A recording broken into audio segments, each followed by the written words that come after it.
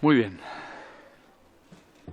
El acta de la sesión 35 se da por aprobada por no haber sido objeto de observaciones. Y el acta de sesión 36 queda a disposición de las señoras y de los señores diputados. En cuenta, la señora secretaria dará lectura de la cuenta. Gracias, presidente. Se han recibido los siguientes documentos. Correo del director nacional del Cuerpo de Socorro Andino de Chile, señor Felipe Silva, de fecha 10 de agosto, mediante el cual remite copia del presupuesto que fuera enviado a Senapred, con las observaciones formuladas por el órgano y subsanadas por su parte, para que pueda ser utilizado de base en las gestiones posteriores, ya que, según informa, este incluye una planta de profesionales necesaria para mejorar la gestión administrativa.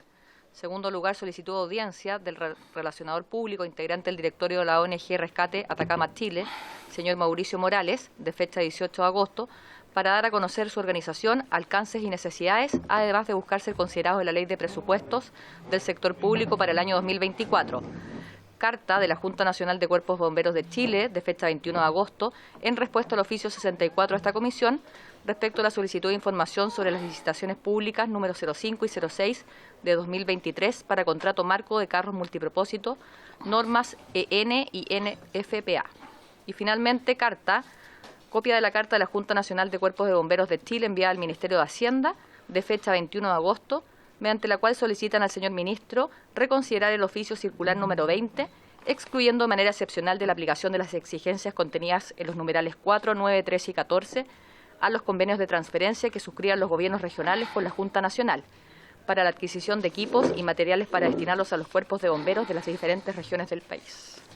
Es toda la parte. Muchas gracias, señora secretaria. ¿Se ofrece la palabra sobre la cuenta? Maravillosa. Listo la cuenta. Varios. Se ofrece la palabra sobre puntos varios. No hay varios. La orden del día. Esta sesión tiene por objeto tratar la siguiente tabla. Primero vamos a recibir al secretario general de la Cámara de Diputados con el objeto de que se refiera al plan de emergencia y evacuación, además de la realización del simulacro de la corporación. Se encuentra invitado para estos efectos el señor secretario general de la Cámara de Diputados, el señor Miguel Landeros Perquis.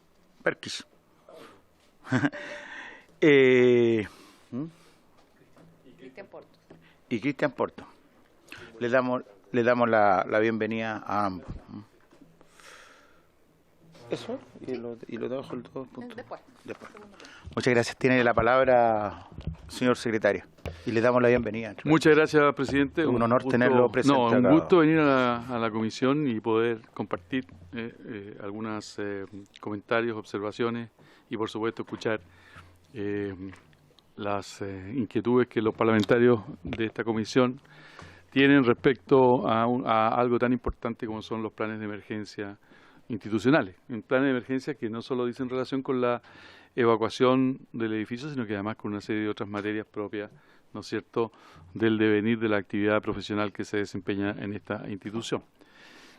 Yo quiero primero explicar un poco los planes de emergencia y evacuación tanto en Santiago como en Valparaíso.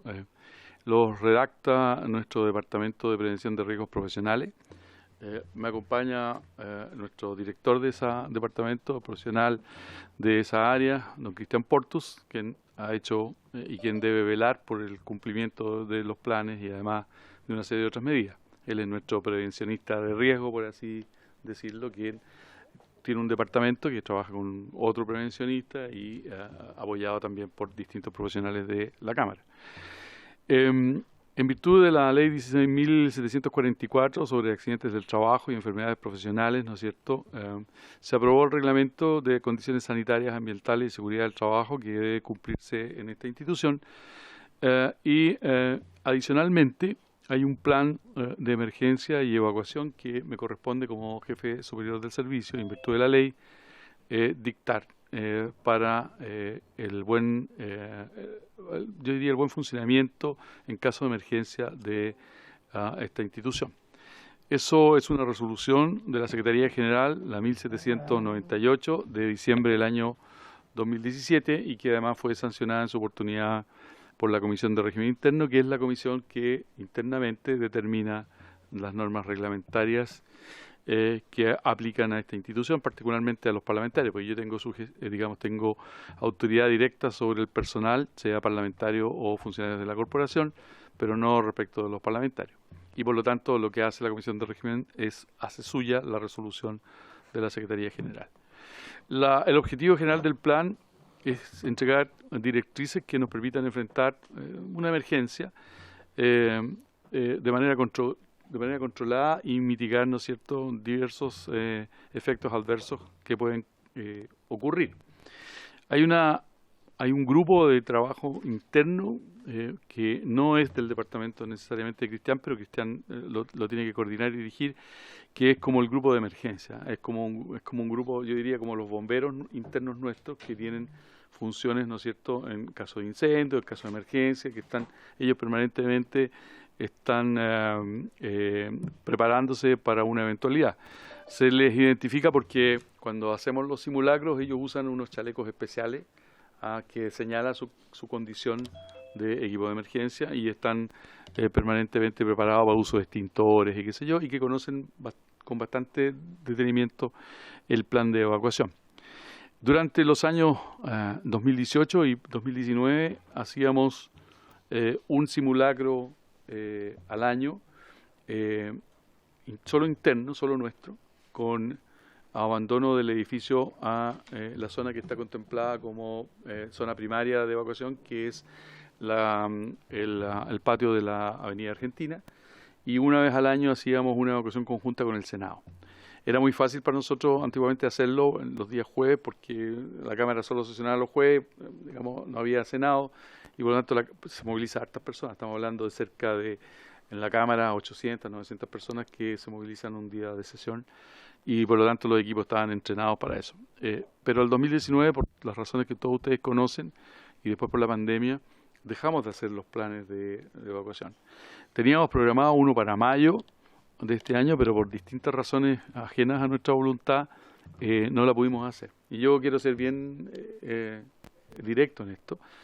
Cuando la Cámara hace un plan, la Cámara y el Senado hace un plan de evacuación, no solo tenemos que movilizar a nosotros, es decir, podemos hacer lo que nosotros llamamos el plan preventivo grado 1, es decir, que sacamos a la gente al patio solamente y no hacemos el plan completo.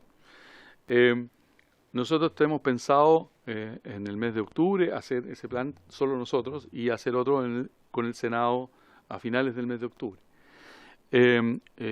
La contingencia implica que ese tipo de contingencia implica que además tenemos que ponernos de acuerdo con la gobernación de Valparaíso, ¿no es cierto? En este caso creo que es gobernador, mi memoria, gobernación, sí, de la manera presidencial, porque en esto no solo interviene la Cámara, interviene Carabineros, interviene Senapred, es decir, no es que somos el edificio público de mayor trascendencia por el número y por la importancia y por el rol que cumplimos, y cuando vamos a movilizar 800 personas, ustedes comprenderán que no es tan fácil. Siempre hemos pensado que lo ideal para un edificio de estas características serían los simulacros en altura, pero no tenemos autorizado la evacuación en altura. Evidentemente, en caso de una emergencia, estoy pensando, no sé, una inundación o algo así, vamos a tener que usar, ¿no es cierto?, la evacuación en altura. Pero en caso de sismos, a pesar de que ya tenemos un terremoto a cuesta, no es posible hacerlo porque no existe la autorización para hacerlo. Y por lo tanto, nuestra vía de evacuación natural de la ciudad de Valparaíso es la Avenida Argentina, cruzar la Avenida Argentina y subir hasta la cota, no me acuerdo, 30, al cerro que está al frente de la Argentina. Exactamente. La última vez que lo hicimos, algunos diputados Radget, que le encantan las evacuaciones porque siempre me la reclaman en la sala, se hizo el 2019, fue la última evacuación que hicimos, que tuvimos que sacar a todo el mundo. Yo me acuerdo que Pancho Undurraga, ustedes comprenderán, tuvo que recorrer las calles y abnegadamente llegó hasta la cota, y llegó caminando hasta la cota. Es difícil porque yo creo que él tiene mucho peso específico para poder salir adelante. Este año estamos pensando en la evacuación preventiva hacerlo en el mes de octubre, la primera semana de octubre va a estar programado. Lo ideal es que estas cosas no se hagan programadas, que lo sepan nada más que los jefes de bancada y que se toquen los timbres y se haga la evacuación, porque ahí vamos a ver verdaderamente el grado de coordinación o descoordinación que tenemos. Mucho del personal de la Cámara sabe cómo evacuar el edificio, pero tenemos un gran contingente de personal parlamentario nuevo. Les recuerdo que hay 98 diputados nuevos que nunca han hecho evacuación y junto con ellos hay un grupo de staffers, ¿no es cierto?, de asesores que tampoco lo conocen.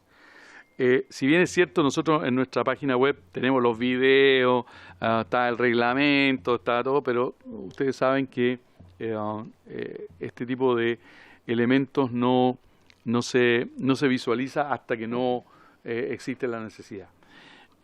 Obviamente que en septiembre no podemos hacer el plan, lo tenemos que hacer en octubre, estamos coordinando con las autoridades respectivas, el que había estado dispuesto para el mes de mayo y coordinaremos entonces con Bomberos, con Cernapred, con Carabineros y con el IST, que es el organismo que también nos colabora en este tipo de emergencias. Eso, presidente, así bien someramente, para que ustedes más o menos... Hay un equipo integrado que revisa nuestros planes regularmente, pero va a ser bastante especial. Tenemos que hacerlo un día de sesión, y tenemos que dar un acuerdo comité, porque tenemos que evacuar la sala. Así, la gracia de esto es evacuar la sala. Así, cuánto nos demoramos, ellos toman los minutos, hay un tiempo determinado. Y tenemos que sancionar a los que se quedan en las oficinas. Aquí todo el mundo tiene que salir porque pasa el grupo. Bueno, Jorge Radget ha participado con nosotros en las evacuaciones. A veces es bien ordenado, otras veces van los diputados, porque por ejemplo cuando hacemos evacuación de terremoto y tsunami, hay que salir con ciertas medidas de seguridad. Entonces yo me acuerdo que algunos diputados y funcionarios un poco más jocosamente salían con estos que se usan para las piscinas. No, ni siquiera eran salvavidas, estos patitos de piscina. Claro, le ponían un poco la nota de humor, pero lo que nosotros estamos levantando en este minuto a través de la oficina de Cristian es las personas que tienen ciertas inconvenientes. Es un trabajo muy reservado, lo tengo que dar a conocer porque la comisión tiene que enterarse de las personas que pueden tener ciertas dificultades, por ejemplo, pero no solo desplazamiento. Estamos buscando, eso se hace a través de encuestas, qué sé yo, las personas que podrían tener otro tipo de problemas, por ejemplo, las que tengan afecciones cardíacas, porque ustedes comprenderán que es muy fácil en el simulacro, pero a mí me tocó cuando el año 2010 se hizo el cambio de mando presidencial y hubo un temblor bastante fuerte. Y entonces, para que ustedes sepan cómo opera la cosa, cuando el secretario general está en una reunión interna, quien toma el control de la situación es el prosecretario, en este caso don Luis Rojas. Él es el que está a cargo de la evacuación, no yo, porque yo estoy completamente incomunicado internamente. Siempre hay una persona que es externa a lo que estamos haciendo. Sí, yo tengo que salir arrancando junto con los demás. Eso más o menos, presidente. Tenemos planificado lo que no pudimos hacer en mayo, lo vamos a hacer la primera semana de octubre. Va a ser avisado, va a ser al jardín, y después tenemos una que no va a ser avisada, que está programada para una fecha que no les puedo decir, pero que también va a ser por ahí en los meses de... Es que si les decimos, no tiene gracia. Eso es, presidente. Surprise. Muchas gracias, señor secretario. Diputado Ramírez tiene la palabra. Muchas gracias, presidente. Presidente, quisiera preguntarle al secretario general por lo siguiente. A mí me toca ir mucho al Senado por la Comisión Mixta de Presupuesto, y me doy cuenta de que en el Senado todo está abierto. Por la pandemia del COVID, en la Cámara de Diputados se cerraron muchos accesos. Había un acceso del estacionamiento al edificio que da al ascensor norte, que hoy día ya no funciona. Hay algunas mamparas, por ejemplo, del tercer piso, que dan hacia, desde las tribunas del Salón de Honor hacia la Biblioteca del Congreso, que permanece cerrada. En fin, el Senado está todo abierto. Y yo me pregunto, para efectos de la evacuación, si vale la pena o por qué razón siguen cerrados todos esos accesos en la Cámara de Diputados, si no sería bueno ya volver a la total normalidad que teníamos antes de la pandemia y tener todos esos accesos abiertos, lo cual yo entiendo que permitiría un mejor desalojo y más movimiento en caso de algún tipo de emergencia. Gracias, presidente. Muchas gracias, diputado Ramírez. La palabra. Contéstale. Pero que conteste el tiro y luego don Jorge nos cuenta su... A ver, presidente, mire, siempre es malo compararse con una institución que es un tercio la nuestra. Nosotros somos 2/3 plus el Senado. Mientras el Senado tiene 50 senadores, nosotros tenemos 155 diputados.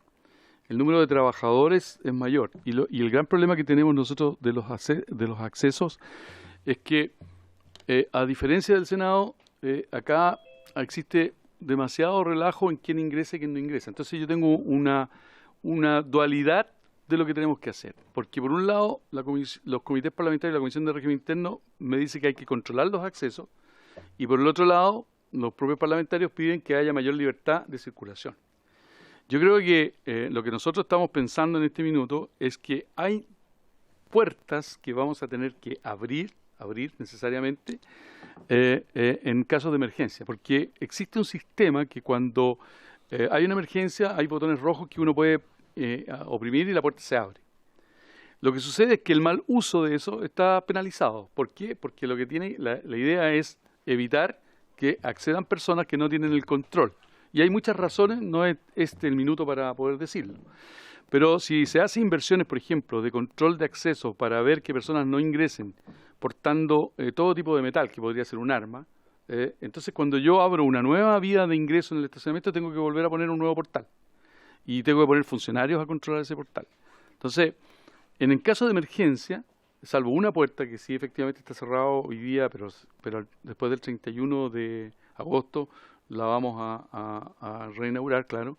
Los demás accesos están, por ejemplo, en el caso de emergencia bajan los torniquetes de todos los sectores. Las oficinas están abiertas hasta el 2019. Les recuerdo que las puertas de la oficina de los parlamentarios, las mamparas, estaban cerradas. Entonces, lo que tenemos que hacer hoy día, y en eso estamos conversando con los miembros de la Comisión de Régimen Interno y posteriormente con los comités, es determinar qué accesos van a estar abiertos y qué accesos van a estar cerrados con claves de emergencia. Es decir, siempre hay el botón rojo que uno lo aprieta, lo sabes, pero si aprietas el botón rojo sin que se cumplan las condiciones para que la puerta se abra de emergencia, bueno, tendrán que haber las sanciones correspondientes, porque desafortunadamente hay un transitar por las oficinas de los parlamentarios que es indebida. Entonces muchas veces les complica a los parlamentarios, porque yo invito a Juan Pérez y Juan Pérez se pasea por el edificio del piso 13 al piso 14. Eso vamos a tener también que regularlo. Pero en caso de emergencia, y eso soy enfático, las puertas caen, las puertas se abren, los torniquetes caen y obviamente que el acceso debe ser más permisivo, excepto una puerta que ya he dicho que vamos a cambiar el sistema de seguridad de esa puerta. Eso, presidente. Muchas gracias, secretario. Gracias, secretario. Gracias, presidente. Gracias. Diputado Jorge. Gracias. No, la idea, bueno, en gran parte esta respuesta respondido a lo que ya pensaba consultar. Porque claro, cuando está planificado la evacuación, están todos preparados, pero el momento, digamos, de que ocurrió una emergencia, tiene que tener bien claro quién tiene las llaves, no va a pillar un portón cerrado y al final se va a generar una complicación mayor, sobre todo la salida hacia Argentina. Las puertas que están acá están con llave, igual por tema de seguridad la reja que sale a la calle. Entonces la idea es que se sepa claramente quién tiene la llave y que esté de fácil acceso, que no esté en el piso 14 y esperar que llegue de arriba para abrirla. Y lo otro, bueno, si se hace en un momento de improviso, hay que aprovechar cuando en la sala hay mucho desorden para pedir evacuar producto de la emergencia, porque yo creo que se va a ver bastante frecuente en estos días.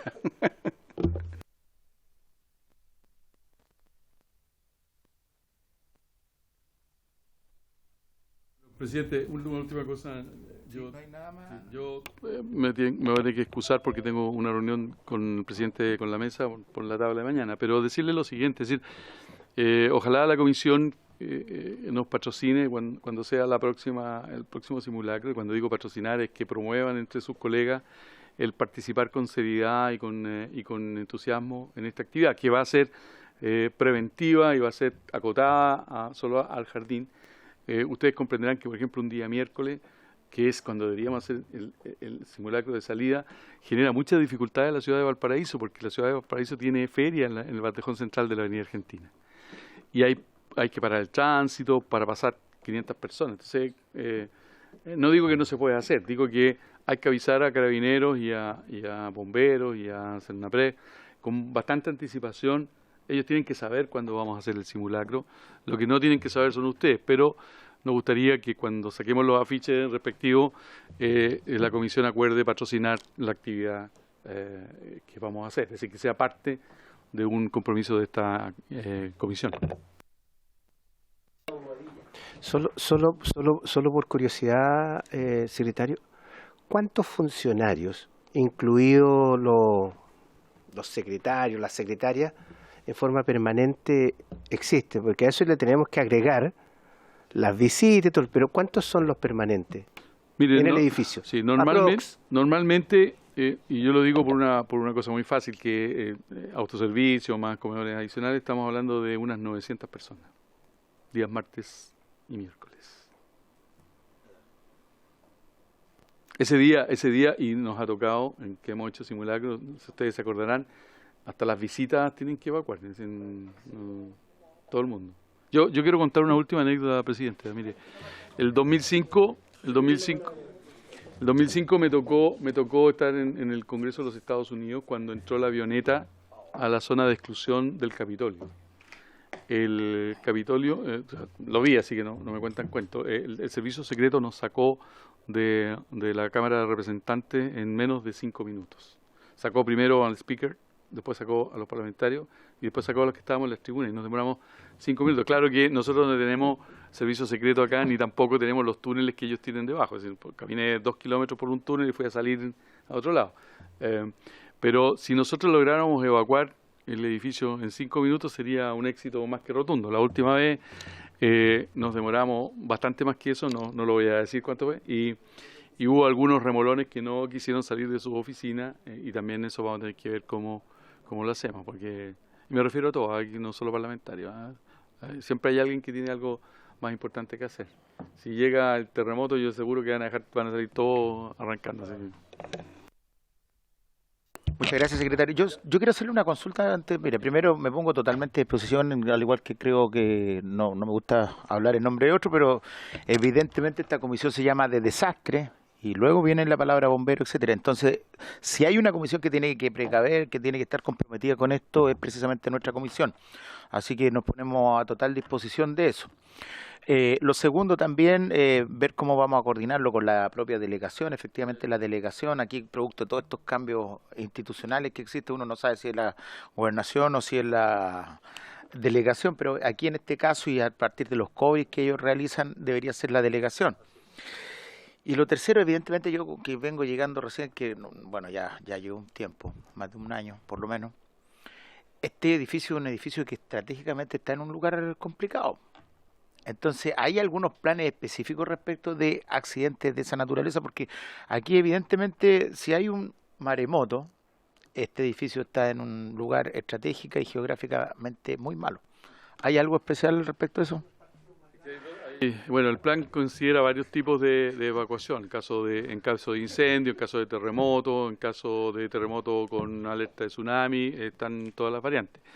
El mayor problema, yo voy a ser muy franco en esto, es el traslado que tenemos que hacer de tantas personas entre el edificio y la cota 30. Porque es una subida que es casi bastante empinada. Entonces, nuestro mayor problema son aquellas personas que no tienen las capacidades físicas para hacerlo rápidamente. había un parlamentario de mucha edad en esa época y que subió bastante afectado, esto estaba hablando de 2018 o 2019, la última que hicimos, subió bastante afectado a... No fue el diputado Bobadilla, era joven en esa época. Subió bastante afectado, porque aquí hay un tema, además de estado físico. Jorge se acordará bien, Jorge Ralger si se acordará bien del recorrido.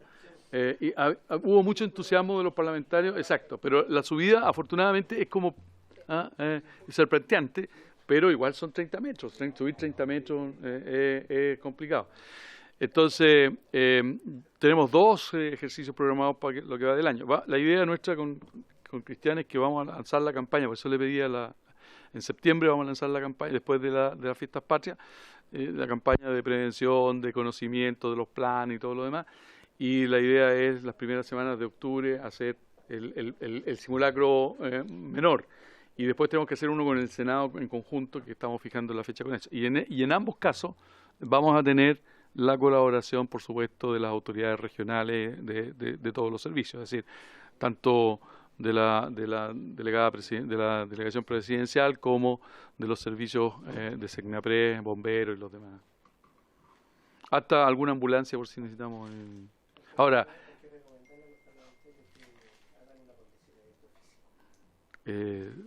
sí, bueno, siempre es posible eso. Sí, pero han perdido todos los partidos últimamente. Solo el tercer tiempo lo ganan. Bueno, secretario, muchas gracias. Y eso, reiterar nuestra disposición, y si a mí como presidente me pueden involucrar más, con toda... Invitar, y lo vamos a incluir en el grupo de trabajo que tenemos. Hay un miembro de la mesa, el presidente de la comisión, que lo vamos a incorporar, más los funcionarios que estamos a cargo de la tarea. Perfecto. Sí. Como no aparezco nunca. Muchas gracias, secretario. Muchas gracias, que esté muy bien.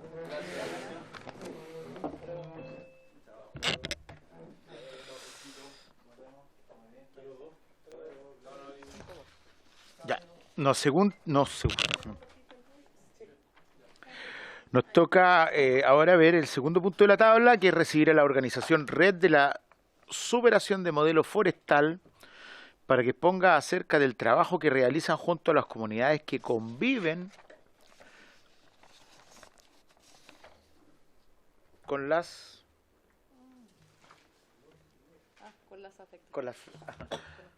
afectaciones y consecuencias directas del modelo forestal. Bueno, nos acompañan para estos efectos los representantes de la red, la señora María Paz Álvarez Muñoz, que parece que la vi que estaba allá arriba, ¿no? Y los señores Daniel Santander Urrutia y Matías Reyes Garay. Les damos la bienvenida y asisten también de manera telemática vía Zoom el señor Diego Alejandro Barrientos Rivera y los señores y las señoras Silvana Loreto Ceballos Reyes, Javiera Rodríguez Holguín e Isabel Gatica Palavicino. Hola, muchas gracias.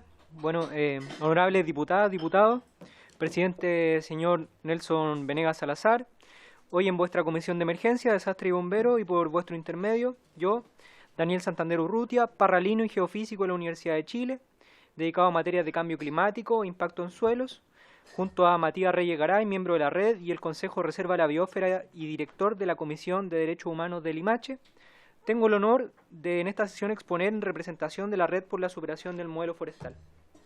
Nos gustaría partir con un video cortito, bastante conmovedor, que relata la situación vivida en finales del año pasado y del presente año de inicios, y que creo va a ser ilustrativo sobre lo que vamos a conversar a posteriori.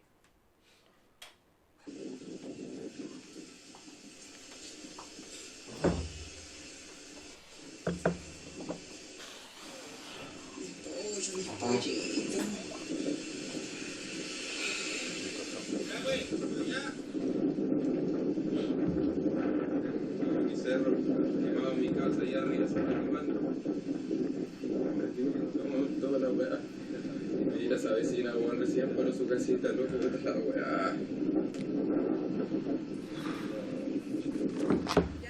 Ya vecino, esa es mi realidad, la realidad de nosotros. Estamos pensando seriamente evacuar. viene el fuego descontrolado.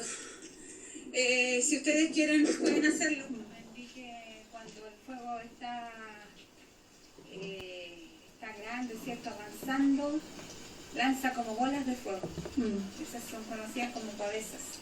Las pavesas pueden ser de kilómetros.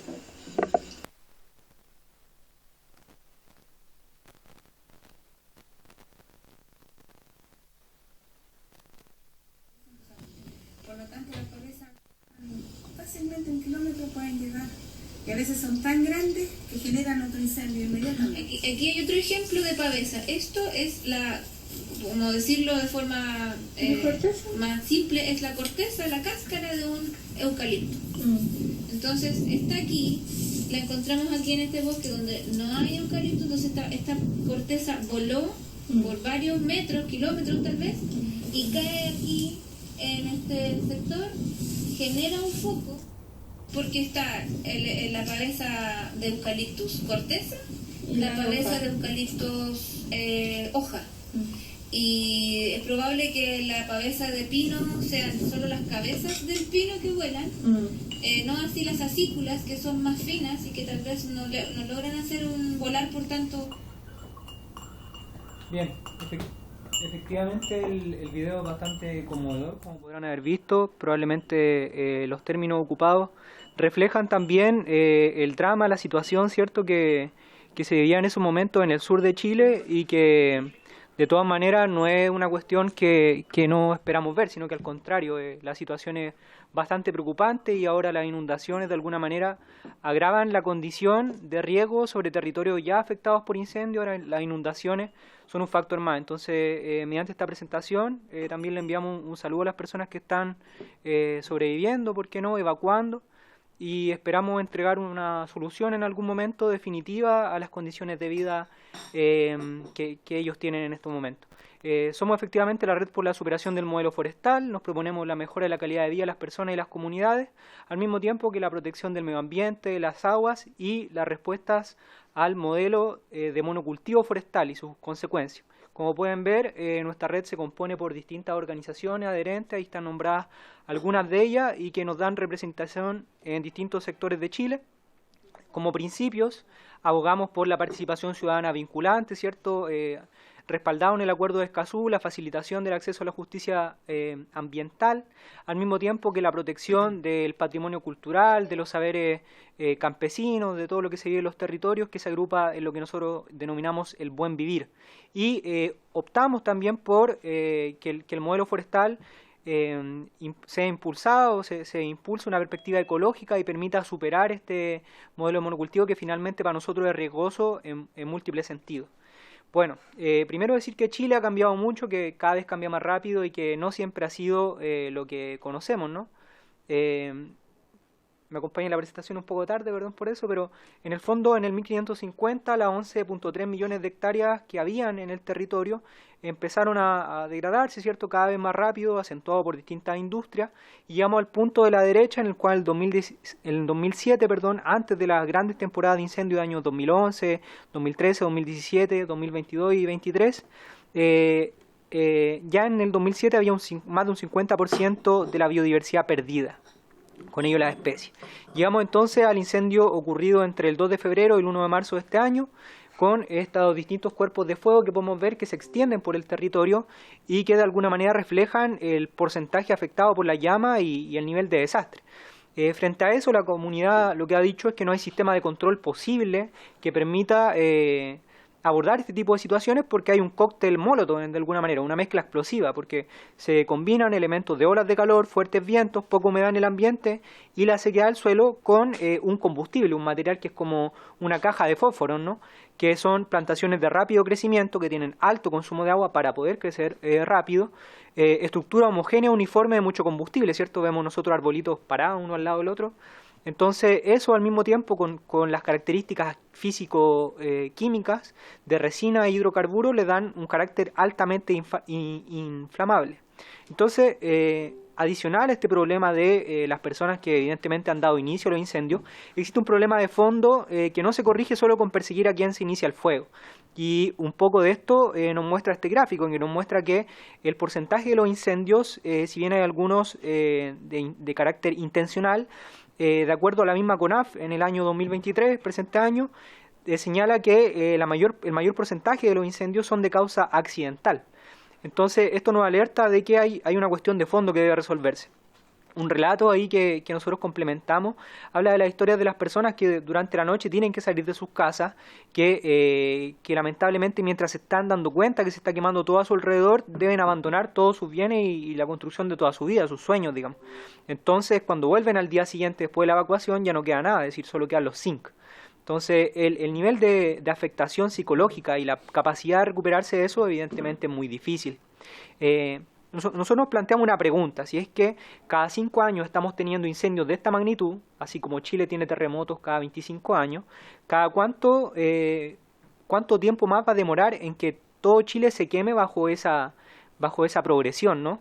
Se puede calcular eso, digamos, pero depende de hartas variables, sin embargo es claramente una señal preocupante. Dentro del incendio pasado, el 61.3% del territorio incendiado fue de monocultivo forestal, mientras que un 9.4% fue de bosque nativo. Esto es más propio de los incendios modernos, antiguamente era más bien al revés, pero cada vez es más grave esta situación y se acentúa año a año. Llevamos un total de 439.221 hectáreas quemadas tan solo en el transcurso de un año.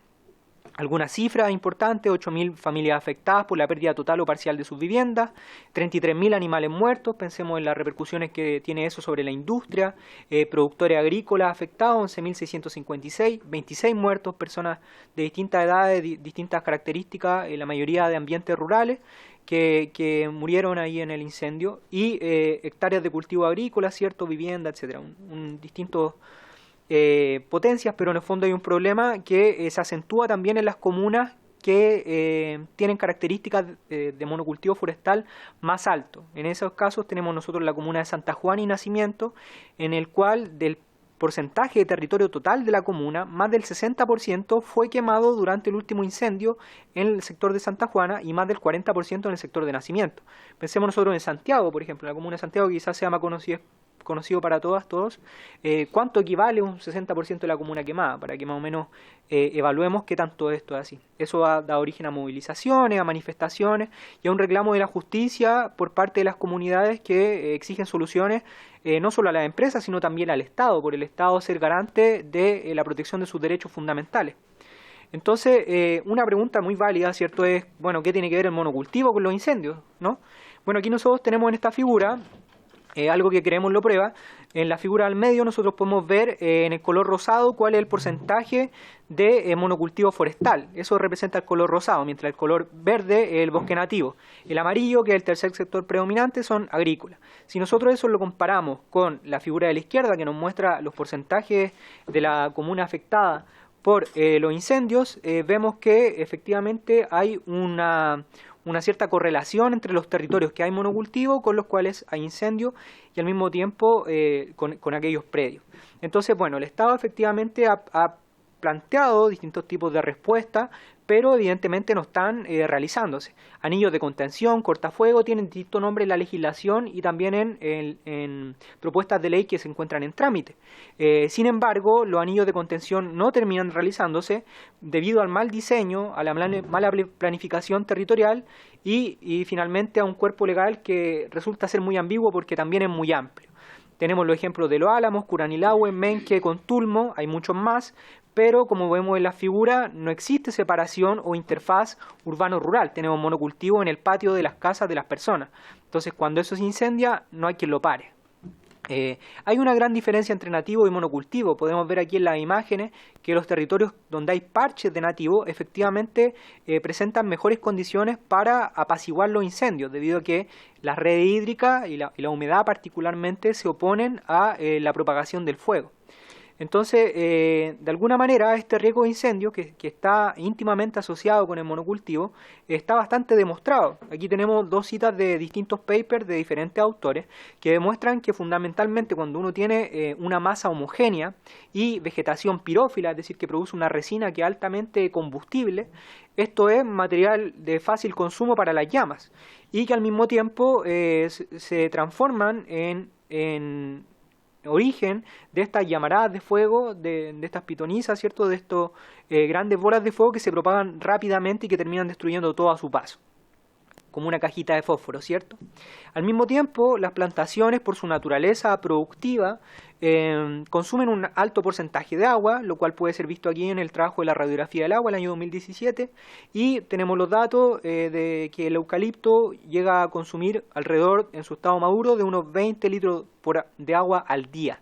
Y en una hectárea tenemos de 1.250 a 1.300, pueden llegar a ser 1.600 árboles por hectárea. Eso es una cantidad abrumadora de consumo de agua. Y que aquí llegamos a una figura bastante importante. Antes le hablaba de la comuna de Santa Juana, que había sido muy quemada en los incendios. Podemos ver que la comuna de Santa Juana tiene un 64% de monocultivo forestal y en el último incendio resulta ser la comuna más afectada también por los incendios. Entonces hay una correlación. Y al mismo tiempo, en la última columna de la figura, ustedes pueden ver el año en el cual se establecen los instrumentos de planificación territorial, los cuales algunos son de años primitivos, en el caso de Ercilla, 1941. Entonces, no se ajustan a la realidad actual. Hay distintos problemas asociados al modelo forestal chileno, particularmente chileno, porque este modelo es de acá, digamos, no hay una comparación tal, si bien hay similitudes con Brasil y la Argentina. Las características que tiene acá de degradación y contaminación del suelo por el tiempo que lleva establecido, los periodos de cosecha, son particularmente abrumantes. La pérdida de biodiversidad está demasiado estudiada y la pérdida económica también, así como los múltiples otros problemas que probablemente ustedes ya conocen, laborales, salariales y conflictividad con pueblos originarios. A esto se suma intoxicaciones masivas, denuncias como la de Santa Olga, podemos ver en la imagen inferior derecha, toda la ciudad destruida, ¿cierto? La planta de celulosa Nueva Aldea que se quemó años 2017 y 2023, y la contaminación atmosférica del agua denunciada por las comunidades contra la industria Arauco. Estas resinas que producen y que permiten al monocultivo funcionar, que son de carácter antifúngica y que combaten las plagas que invaden los pinos y eucaliptos, al momento de quemarse liberan gases potentes. Estamos pensando aquí que se piensa matar plagas con esto, con bacterias, hongos, etcétera. Entonces, todo eso se quema finalmente y libera todas esas sustancias que ustedes pueden ver allí y que son altamente inflamables de acuerdo a la ciencia. Y al mismo tiempo, esas sustancias ingresan a los alvéolos, al sistema respiratorio, se almacenan con tiempos de prolongación elevadísimas y producen distintos tipos de cáncer, de asma y múltiples enfermedades no solo respiratorias, sino también incluso mutaciones. Entonces, ahí hay una cuestión para las generaciones futuras. Soluciones, responsabilidades. El Estado lamentablemente tiene una perspectiva que es como un extintor, en el sentido de que va a apagar los incendios con potentes aviones, ¿cierto? Helicópteros, etcétera, pero eso se ha demostrado que no funciona porque es apagar con un extintor un combustible que se sigue expandiendo año a año. Entonces esa perspectiva no funciona mientras uno mantenga el combustible ahí a la vista y paciencia del incendio. Entonces creemos nosotros que necesitamos una nueva perspectiva que incorpore instrumentos nuevos, zonas de seguridad específicamente mezcladas con cortafuegos y una legislación temprana que pueda abordar esta situación antes de la próxima tormenta de fuego que de seguro va a llegar. Entonces necesitamos eso específicamente en un contexto de cambio climático, sequía y mega incendios, más aún con la legislación chilena que tiene un montón de dispersión en temas penales, bueno, ustedes lo saben, pero está por todos lados esta cuestión. Entonces necesitamos realmente soluciones ahora para estas familias que han quedado realmente sin nada. Dejo este último minuto a Silvana Ceballos, que va a repasar por parte de la red las propuestas y las solicitudes que hacemos a su comisión mediante nuestra. Gracias.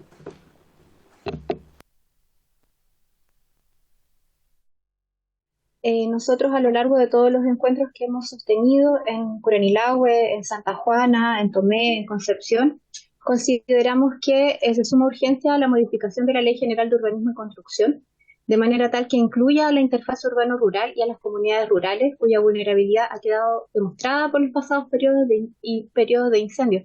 Nos parece súper fuerte que las comunidades rurales no tengan ningún mecanismo de protección dentro de la planificación, ¿ya? Además tenemos algunas propuestas muy concretas que han emanado, como digo, de todos nuestros encuentros. Consideramos necesario que exista una distancia mínima de 1000 metros entre zonas pobladas y monocultivos forestales. Creemos que es necesario que exista un mecanismo express de modificación de los instrumentos de planificación territorial. Creemos que tienen que existir zonas de interfaz urbano-rural, áreas protegidas, naturales. También pensamos que los monocultivos forestales y la industria forestal debe ser considerada una industria peligrosa, lo cual cambia la imagen que tiene hasta ahora a nivel nacional e internacional y que debe ser incluida en la Ley 19.300 para su ingreso a evaluación de impacto ambiental, sobre todo en lo relativo a los monocultivos de eucaliptus cuyo riesgo o peligrosidad para los incendios está demostrada. Creemos también necesario restringir o prohibir el monocultivo forestal en zonas urbanas y promover su reemplazo por ecosistemas nativos. También creemos que debería existir un proceso express de elaboración de planes de ordenamiento territorial, restringiendo industria extractivista y fortaleciendo la soberanía alimentaria con agricultura campesina y agroecológica. Desde las propias personas que nosotros entrevistamos en procesos de investigación surgió la idea de generar zonas de protección y zonas de seguridad dentro de las comunidades rurales y dentro de las comunidades urbanas para tener un lugar en el que protegerse, porque muchas personas se salvaron metiéndose a ríos y a esteros porque no encontraban dónde resguardarse del fuego. Creemos necesario proteger de manera empática las cuencas y sus cuencas, practicar la fiscalización preventiva espontánea, promover nuevas prácticas agroecológicas, establecer el pago obligatorio de un seguro a las empresas propietarias de monocultivos que permita financiar las medidas preventivas y reparatorias de las catástrofes por incendios forestales y obligar se generen y mantengan corredores biológicos y cortafuegos al interior de monocultivos de gran extensión. Por último, quisiera señalar que nos parece urgente que se sustituya a la institucionalidad CONAF, que al ser una corporación público-privada recibe financiamiento de las propias entidades que tiene que fiscalizar y que por lo tanto difícilmente puede fiscalizar con objetividad y que por tanto coincidimos en la necesidad de que sea urgente aprobar el Servicio Nacional Forestal. Hubo otro proyecto que garantice que se va a realizar una fiscalización y que el rol regulador no se va a ver interferido por esta relación con la industria privada que cofinancia su funcionamiento. Además de eso, como red, queremos solicitar a la Comisión la participación de esta organización en otras comisiones donde existan proyectos de ley que se estén elaborando relativos a esta materia. También queremos solicitar espacio para presentar indicaciones. Queremos solicitar el acta de esta sesión y ojalá planear futuras sesiones de la Comisión en la región. Eso por mi parte y muchas gracias por escuchar.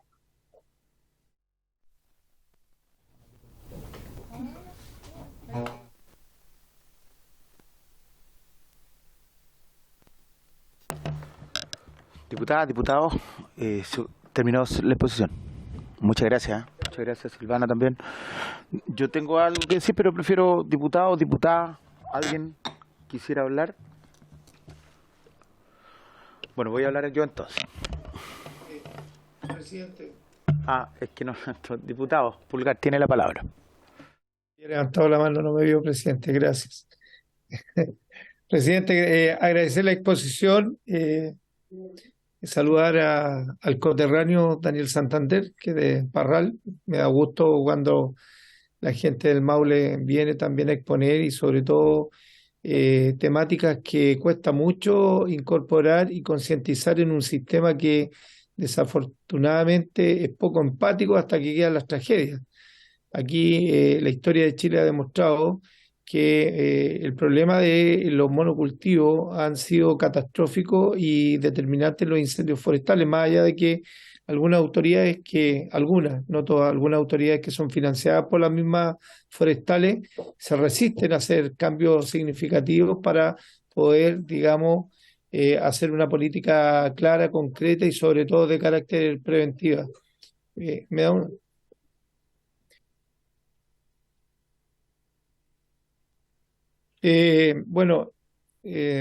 Solamente agregar eso. Yo creo que hay una situación que debemos hacernos cargo y creo que, digamos, es un tema que debemos seguir en esta comisión, presidente, visibilizando, porque nosotros somos los legisladores, pero hoy día tenemos varios problemas para que este tipo de proyectos, este tipo de presentaciones se hagan carne y sobre todo se fiscalice. Gracias, presidente.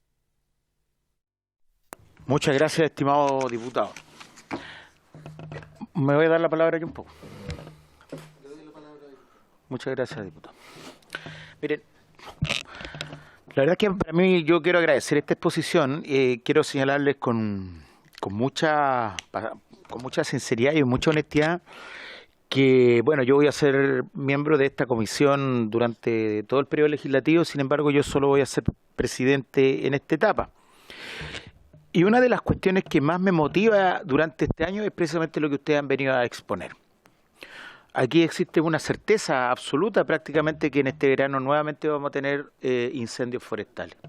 Es tan de manifiesto como de manifiesto es que cada vez vamos a tener más inundaciones como las que estamos teniendo. Tan de manifiesto es como, por ejemplo, cuando la semana pasada también, y aprovecho de señalar que más adelante voy a hablar respecto de lo que pasa con el tema de Socorro Andino, etcétera, que van a venir nuevos aluviones. Porque aquí hay una realidad evidente. Aquí estamos, aunque algunos quieran negarlo, hay un cambio climático. Hay algunos que no quieren constatar esa realidad, pero ese cambio climático lo estamos viendo ahora a través de las noticias y eso es así.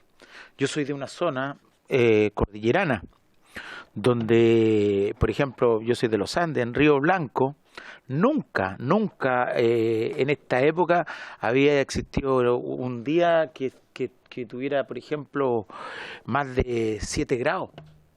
Bueno, les quiero contar, por ejemplo, que el sábado en Río Blanco fácilmente llegamos a los 20 grados. Entonces, es una cuestión que para mí por lo menos es muy motivadora porque yo creo que eso nos obliga como Estado evidentemente a anticiparnos a estos sucesos. Y que si bien es cierto, a mí no me interesa andar perjudicándole el negocio ni la actividad económica a nadie, porque también entiendo que la actividad económica es importante no solo para el desarrollo de aquellos que la generan directamente, sino que para el país en su conjunto, evidentemente tiene que haber una conciliación entre los intereses productivos, los intereses laborales, los intereses sociales y hoy día lo que tiene que ver con los intereses de la naturaleza. Ya no la naturaleza como un cuerpo vivo, no me gusta extremar mucho esas posiciones, sino que por lo que está quedando en conclusión respecto a eso.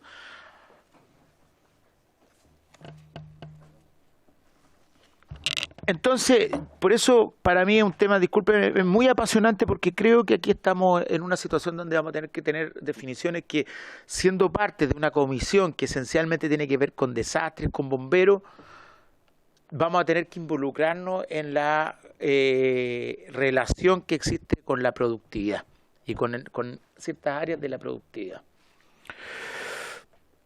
Por ejemplo, les quiero contar, por ejemplo, más adelante también les iba a contar que tuve una reunión muy interesante con la Junta de Bomberos. Les voy a contar que estamos planificando una reunión en conjunto, que el presidente de la Junta nos invitó y todas esas cosas que me está mirando raro el diputado Bobadilla, pero que le voy a decir que va en esa línea.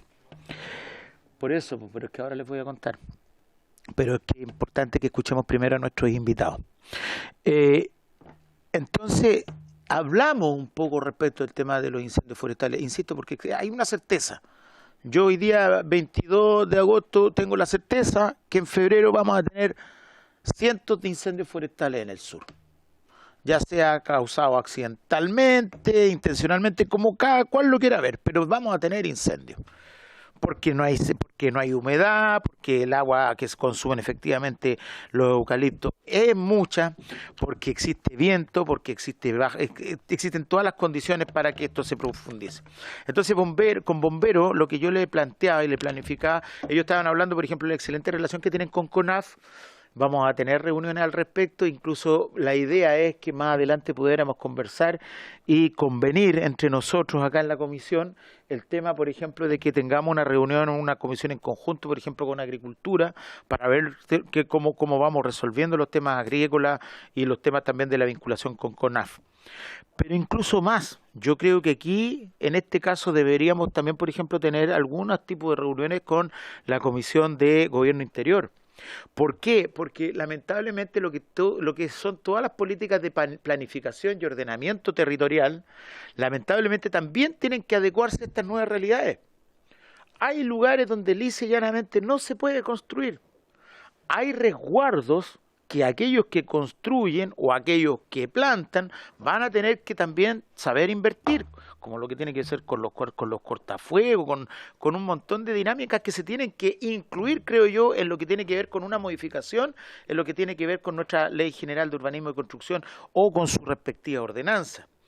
Hay que ver también, por ejemplo, respecto de lo que tiene que ver con las compensaciones, se me imagina, son cuestiones que tendremos que discutir con, por ejemplo, la actividad forestal en los respectivos territorios, o si bien no sean compensaciones que tienen que ver con las acciones de mitigación, ¿ya?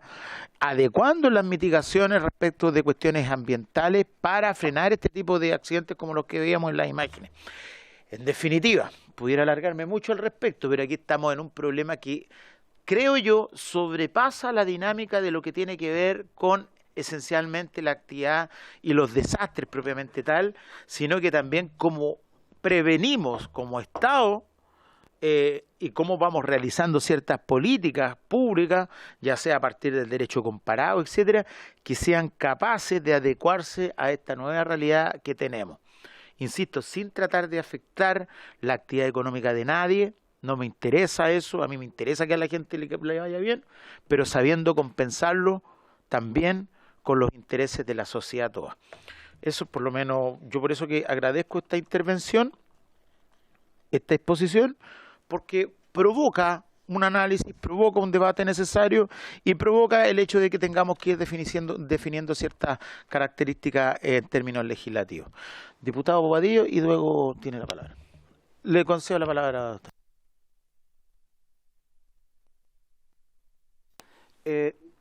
Sí, bueno, presidente, lo que quería mencionar que no se puede naturalizar lo que es no natural. O sea, de partida el 99% de los incendios son causados por el hombre. Entonces tienen que haber acciones de responsabilidad, o sea, cuanto a cómo nosotros accionar, ya temas judicialmente, en temas de normativas territoriales, pero tiene que haber un accionar. Esto ya no se puede seguir naturalizando, como usted bien dice, en febrero van a llegar más incendios cada año, o sea, no podemos naturalizarlo. Disculpe la expresión, pero eso. Muchas gracias. ¿Ya? Diputado Bobadilla tiene la palabra. Presidente, la verdad, mi ánimo no es polemizar, pero yo tengo algunas diferencias de apreciación ya respecto a la exposición que hemos escuchado. Pero voy a partir por lo que mencionabas al final. Lo peor que nos puede pasar es naturalizar este tipo de situaciones. Lo mismo que ocurre con la violencia en las calles y con el terrorismo en mi zona, la zona sur del país. O sea, que quemen una escuela, que quemen una iglesia, ya como que es algo normal, ¿ya? Yo creo que no es el camino. Yo creo que todo lo contrario, nos debe sorprender cada día y tomar medidas que nos permitan evitar que los terroristas sigan operando. Porque, como digo, yo no soy de los que quiere que se normalice, ¿ya?, una situación tan terrible como esta. Pero yendo al punto, presidente,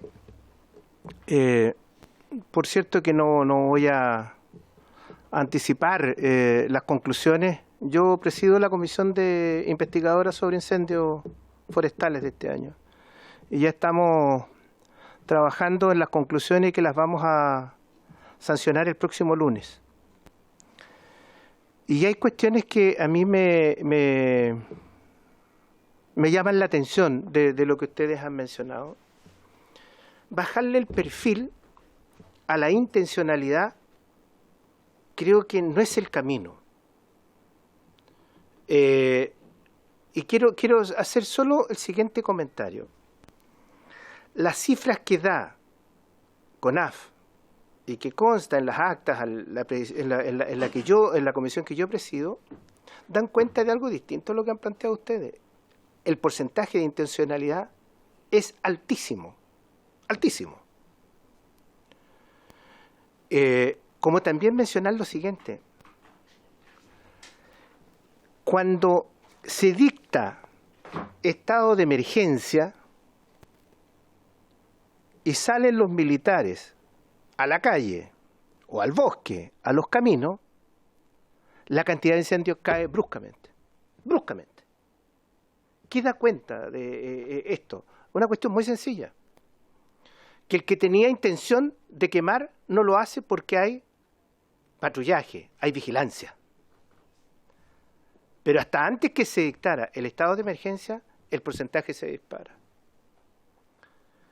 Entonces, yo creo que lo que aquí debemos hacer es efectivamente atacar la intencionalidad, actuar proactivamente y no reactivamente.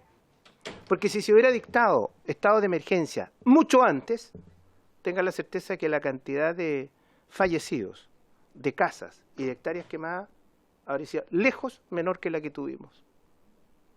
Entonces, lo que aquí se necesita es tener una actitud proactiva y no reactiva. Como también lo siguiente, el tema de los cortafuegos, que yo comparto que ayudan, pero no son la solución. Escuchaba en la exposición y que yo comparto eso, que en los centros poblados debe existir una interfaz ya mucho más significativa de la que existe hoy día. Pero también veíamos en el video que las pavesas se trasladan kilómetros. Entonces el cortafuego ayuda, pero no es la solución. Y quiero poner un ejemplo natural y evidente. El río Biobío, aproximadamente 2 kilómetros de ancho. 2 kilómetros. La comuna de Santa Juana, al frente la comuna de Hualqui. Bueno, el incendio que partió en Nacimiento, que llega a Santa Juana, después salta el río Biobío y llega a Hualqui. Entonces, yo digo, los cortafuegos ayudan, pero no son la solución.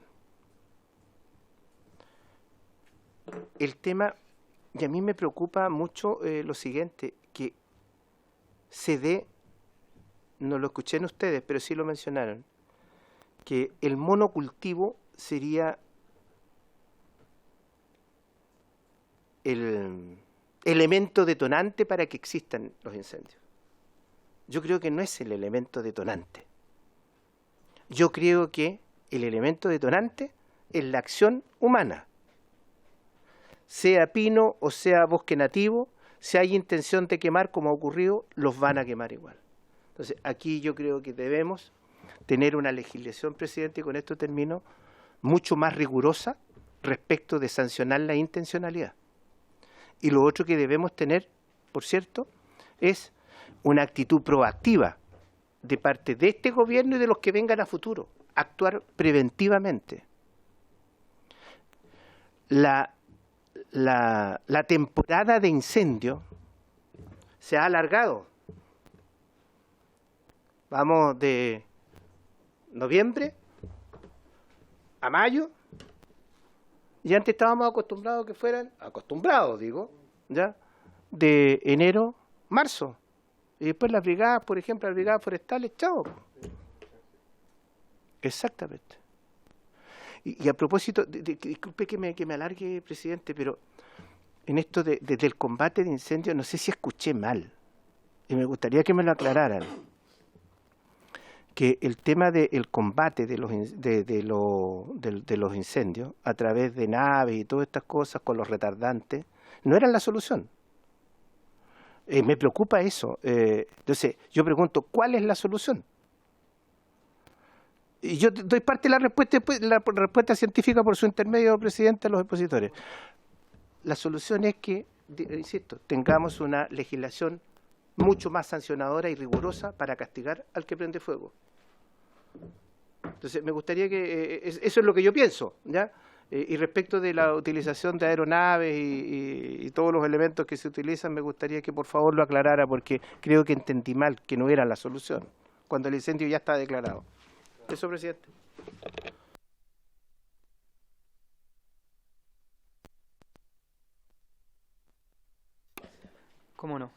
Bien, muchas gracias por su intervención, señor diputado Bobadilla. Efectivamente es de mi interés poder aclarar las posturas, ¿no? Bueno, nosotros estamos de acuerdo con usted en bastante de su presentación, su ponencia, ¿no? De hecho, nuestra red lo que propone, dentro de otras cosas, es que bosques nativos, humedales, en estado de catástrofe, ¿cierto?, puedan ser incluidos dentro del catálogo de infraestructura crítica, para que las Fuerzas Armadas puedan operar sobre esos territorios y protegerlos en caso de incendio, ¿cierto? Es una cuestión bastante sorprendente, puede parecer, pero cae de perogrullo cuando uno ve la efectividad que tienen los efectivos militares, entrenados y todo, ¿cierto?, para combatir los incendios. Entonces, compartimos ese punto. Sobre el monocultivo, nosotros no decimos que sea el único responsable, no, nosotros decimos que genera material altamente combustible.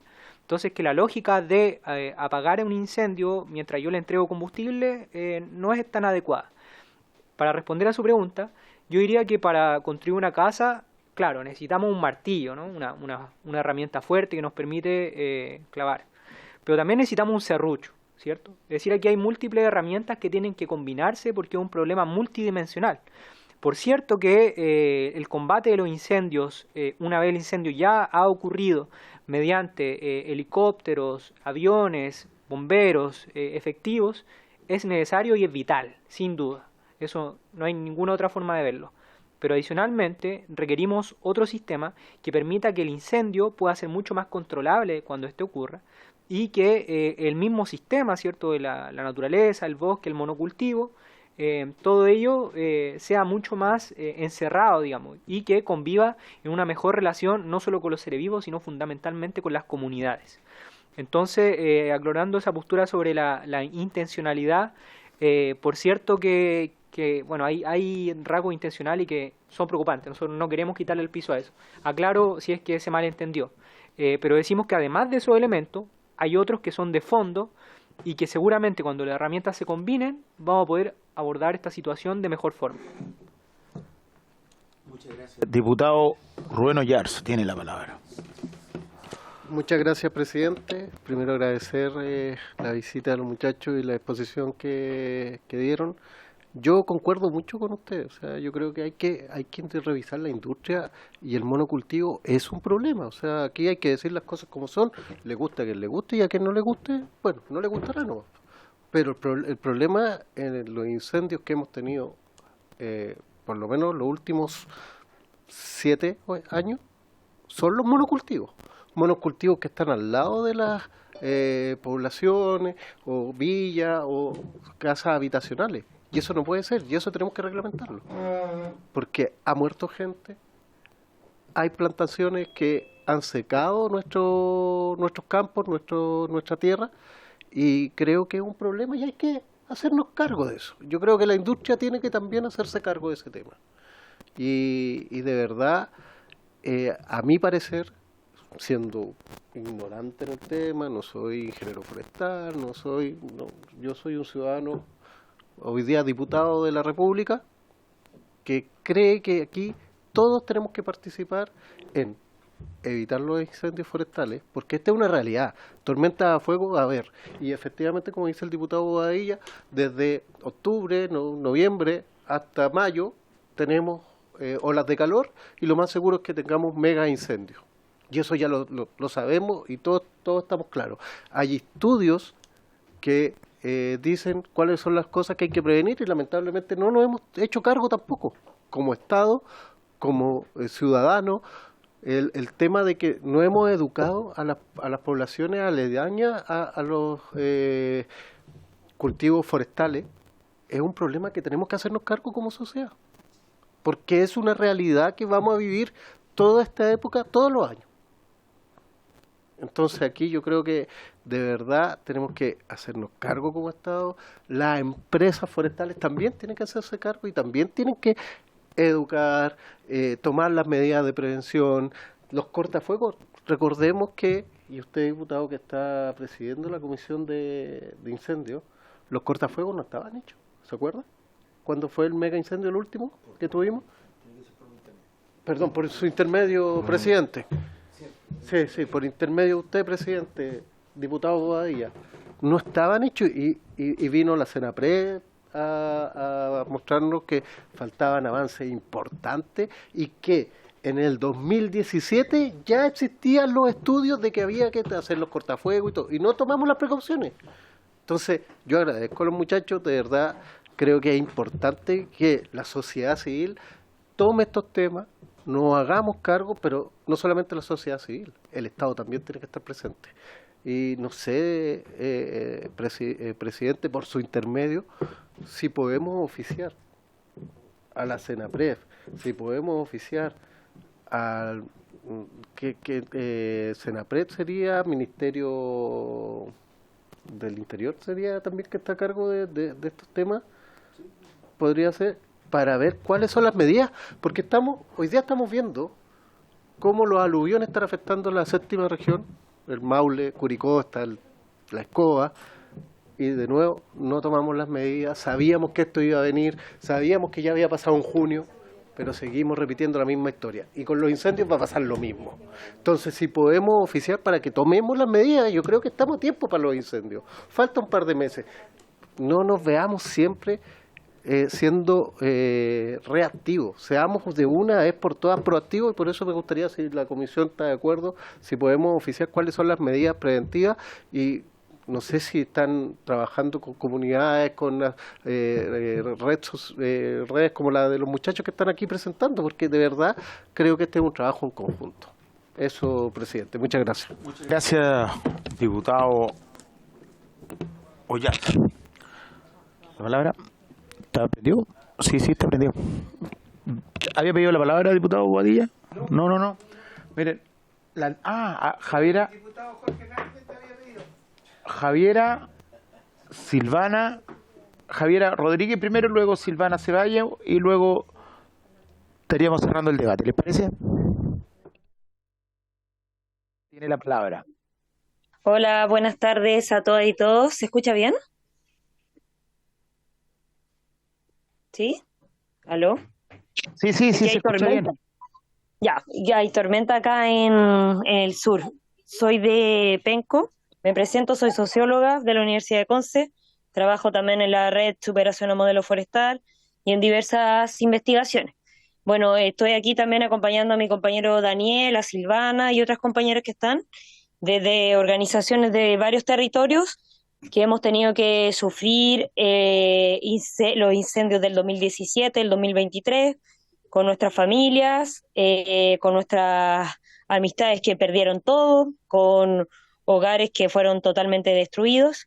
Y bueno, también quiero hablar con respecto a lo que se ha mencionado con las soluciones, con respecto a las soluciones. O sea, nosotros aquí hemos hecho investigaciones y nos hemos dado cuenta que dentro de las soluciones el tema más importante es la planificación territorial cuando hablamos de monocultivo. Porque, por ejemplo, nosotros tenemos cortafuegos que son de 4 metros a lo más, y eso no nos sirve para detener un incendio ni tampoco para prevenirlo. Es casi ridículo darnos cuenta de que, a pesar de estar exigiéndole a la forestal de que hagan estos cortafuegos, no los hagan, y los que hacen son de 2 metros, 3 metros, que también es como una burla. Lo que nosotros estamos también planteando es ver no solo zonas donde nosotros podamos protegernos de los incendios, sino también áreas que podemos tener regular con respecto a que no se siga propagando los incendios. O sea, este es un tema ecológico y que también viene de la mano con el tema de la crisis ambiental. Como dicen ustedes, son olas de calor que van a empezar a aumentar, que los cables se empiezan a derretir, que la basura también se empieza a derretir, que empiezan a provocarse incendios también por la basura y microbasurales que existen, porque le diré que en los terrenos forestales mucha gente alrededor de la ciudad va a botar basura, y eso también provoca incendios. Entonces, bueno, esto es una consecuencia de varias cosas y de varios factores que suceden, que nosotros vemos igual que es necesario que abordar. O sea, el que no haya una planificación con respecto a una regulación un poco más amplia en temas de los cortafuegos, al tema de que se haga con mayor anticipación el tema de limpiar los lugares alrededor de la ciudad o de poblados, que se hace justo en el verano donde quedan los pastizales y después obviamente se ha de quemar todo, es es nefasto. O sea, tenemos que pensar con mucho más tiempo, mucha antelación, el tema de cómo vamos a regular esto. Y lo otro que iba a decir, que era importante, que también creo que es el tema de los estudios de impacto ambiental. O sea, nosotros en estos momentos, la octava región está con escasez hídrica y es así también hasta la quinta región y mucho más allá. O sea, y esto es una relación directa también del monocultivo. O sea, la mala planificación y el mal manejo de los planes de manejo forestal han hecho de que han terminado con cuencas, con vertientes, con redes hídricas que antes existían y que ya no están. Y que la misma gente se da cuenta de cómo el pino y el eucalipto va secando y va deteriorando estos suelos. O sea, a mí no me parece tan lejano ver el tema de los aluviones por el tema de las cosechas de las forestales. O sea, aquí mismo tenemos los cerros de Penco, tenemos cosecha forestal donde empieza a llover y empieza a caer los cerros. ¿Y por qué? Porque han deteriorado los suelos. Y esto no es de 5 años ni 10, son 30, son 40 años que ha sido así y que han ido deteriorando los suelos, y ahora tenemos lo mismo que sucede también con los ríos que van haciendo la extracción de árido, van soltando sedimentos, van estancando el agua, y cuando llueve intensamente va a correr todo lo que esté. O sea, las forestales cuando cosechan destruyen la cobertura vegetal, y esa cobertura vegetal es la que retiene los aluviones, y eso va deteriorando y es lo que también provoca no solo el incendio, sino también aluviones y taludes. Eso quería decir. Entonces, creo que parte de lo que estamos viendo en soluciones es pensar en nuevas áreas para las ciudades y para la ruralidad, para la protección no solo de los incendios, sino también de los aluviones. Eso quería decir. Muchas gracias, señora Javiera. Tiene la palabra la señora o señorita Silvana Ceballos. Muchas gracias. Primero que todo, señalar que sabemos que ante los incendios forestales, bueno, son multicausales, ¿no es cierto? Existe una causa inmediata y existen factores de riesgo. En relación a la causa inmediata, que es la acción humana, todos los esfuerzos que se hagan por vigilar y sancionar cuando son intencionales, por supuesto que son necesarios, pero también todos los esfuerzos que se hagan por controlar los factores de riesgo. En ese sentido, en este caso, nosotros estamos hablando de un factor que contribuye a la magnitud de los incendios forestales, ¿ya? Y en relación al factor antrópico, al hecho de que sean las personas las que causan los incendios, que sí está demostrado, el porcentaje no es a partir de un estudio propio, sino que es a partir del estudio que publicó CONAF y que de hecho está disponible en su página web. Entonces nosotros no estamos creando datos, ya lamentablemente las declaraciones públicas al parecer no se condicen con los estudios que ellos mismos elaboraron. Por si lo pueden buscar, está en el reporte de incendios forestales con causa investigada y está en su página web. Entonces, no sé por qué las declaraciones públicas no tienen relación con los resultados de su estudio. Eso por mi parte.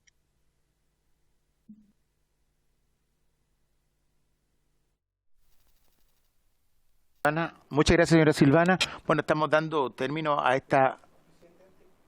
Diputado Boadilla, tiene la palabra. Presidente,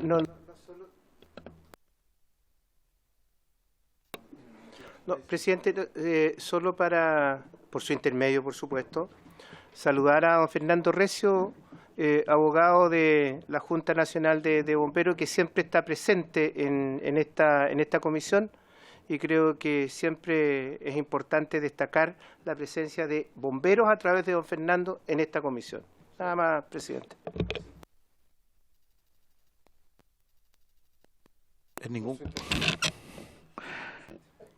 ningún caso yo estaría obviando a don Fernando. De hecho, quiero que después de este punto conversemos algunas cuestiones que precisamente estuvimos debatiendo con él y que tienen que ver también con nuestro tema de bomberos. Así que bueno, para que no quede la sensación que no se le ha considerado. Sobre el punto, sobre la exposición. Diputado, tiene la palabra. Sí, no me quedó claro porque...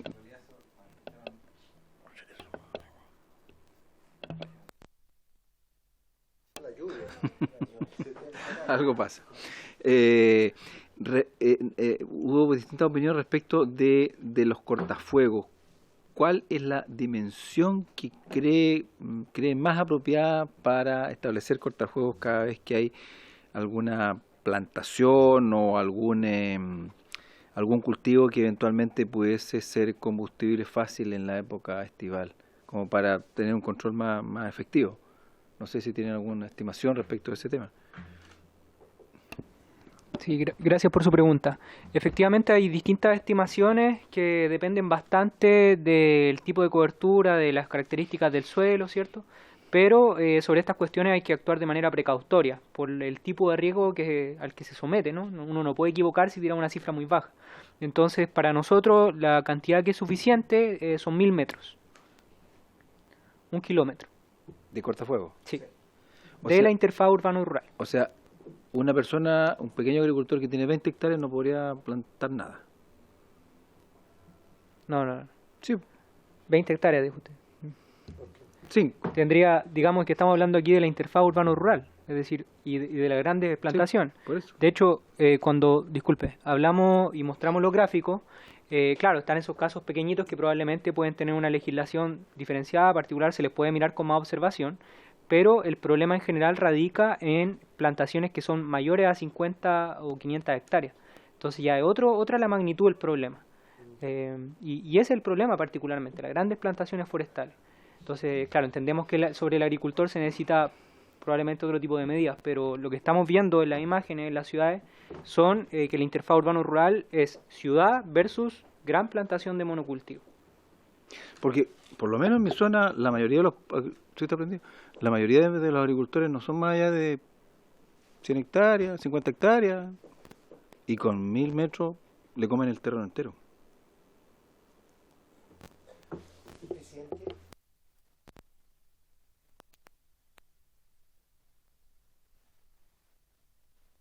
Dije, presidente. Póngale nomás. Por su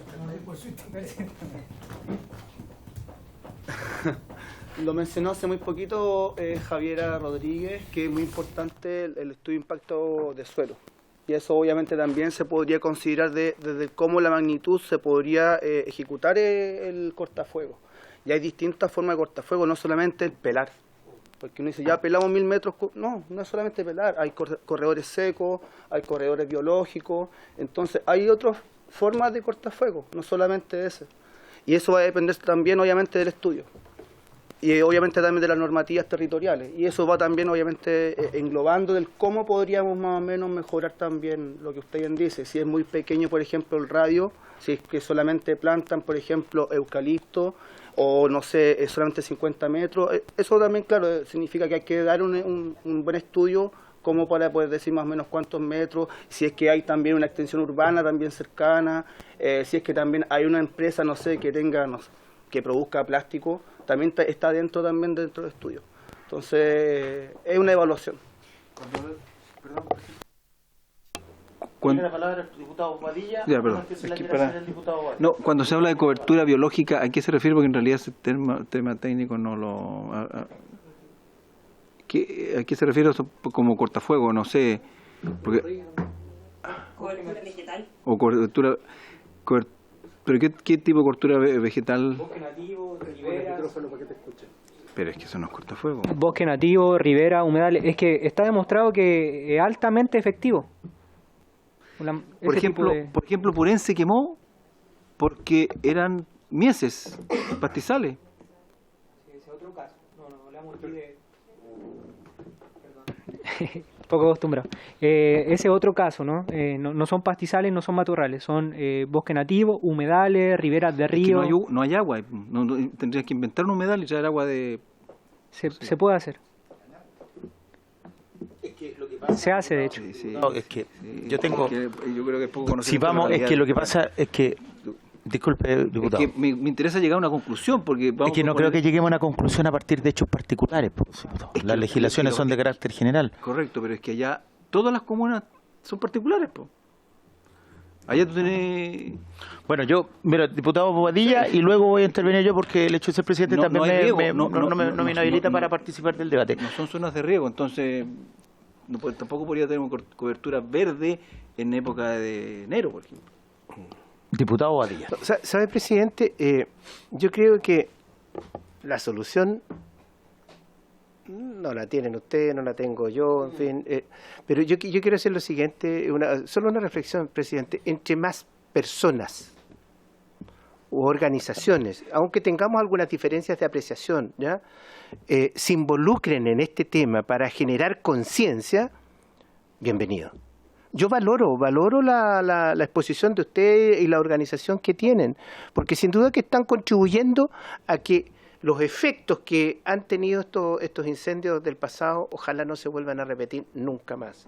Y si tenemos más gente involucrada en esto, generando estas acciones para crear conciencia, sin duda de que vamos a estar contribuyendo a disminuir la cantidad y los efectos que tienen estos incendios. Así que yo, independiente, como digo, de las diferencias que podamos tener, yo valoro ya la intención que ustedes tienen de trabajar en esto para que no se vuelvan a repetir estos desastres que hemos vivido muy de cerca, particularmente en la Araucanía y en la región del Biobío.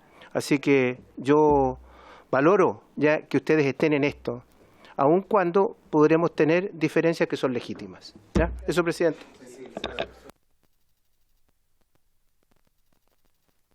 Darme por mi condición de presidente eximido y exento y marginado, y no tengo la palabra yo, así como yo se la respeté a usted, diputado. Miren, yo hace mucho tiempo, hace bastantes años, que ya dejé de creer que yo tenía toda la verdad. Eso, cuando era joven, uno siempre cree que tiene toda la verdad. Hay algunos que pasa el tiempo y siguen creyendo que tienen toda la verdad. Yo soy un buscador de la verdad nueva. Yo sé que suena medio filosófico, pero para mí hay cuestiones que dejan de manifiesto hechos concretos. Es cierto, diputado Bobadilla, que el 99%, incluso se señaló acá, de los incendios son causados por la actividad del hombre. Pero también ese 100% no es causado por terroristas. Algunos, por ejemplo, han sido productos de chispazos de fuentes energéticas. De hecho, los más grandes que se produjeron por allá por el año 2017 fueron precisamente a partir de chispas de electricidad que encontraron combustible. Y cerrarse a la posibilidad de que efectivamente esta acción humana encontró un material y una materia prima que le permitió avanzar de una manera desmesurada, es cerrarse a la posibilidad de ver algo que es manifiestamente cierto. Así como, por ejemplo, yo que soy de una zona de campo, también me he dado cuenta que cuando uno pone pinos, seca el entorno. Eso, y ustedes también son de campo. Entonces, eso, incluso yo en mi condición de alcalde recuerdo que teníamos que forestar en algunas oportunidades y tuvimos que hacer todo un trabajo porque, claro, lo que queríamos era rápidamente otorgar sombra en ciertos espacios deportivos, pero nos encontramos que lo peor que podíamos hacer era precisamente poner, porque perdíamos el pasto de los estadios. Entonces, claro, hay que saber combinar las cosas. Por eso yo les decía recién, no se trata de lisa y llanamente decir es que no vamos a tener más industria forestal. ¿Por qué? Porque la industria forestal es, desde mi punto de vista, es muy personal, es un mal necesario en un país que tiene que vivir de la economía. Es como la minería. A mí no me gustaría que hubiera minería, pero este país es un país minero y que tiene que realizar actividades mineras. El tema es cómo vamos generando normativas regulatorias que nos permitan, por ejemplo, hacer que existiendo actividad forestal, esta no contravenga los otros intereses que yo señalaba anteriormente.